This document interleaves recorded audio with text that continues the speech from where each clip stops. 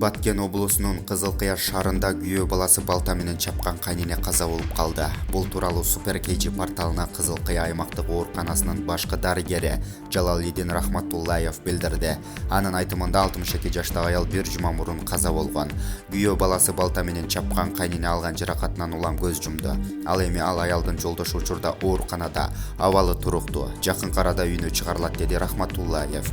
23 октябрга караган түнү саат 1:00 чамасында Ош облусунун Ноокат районунун 26 жаштагы тургуну кайнатасынын үйүнө кирип уктап жаткан кайнатасы менен кайненесинин колдоруна жана баш сөөгүнө балтанын туяк жагы менен чаап, денелерине оор залал келтирип окуя болгон жерден качып кеткен.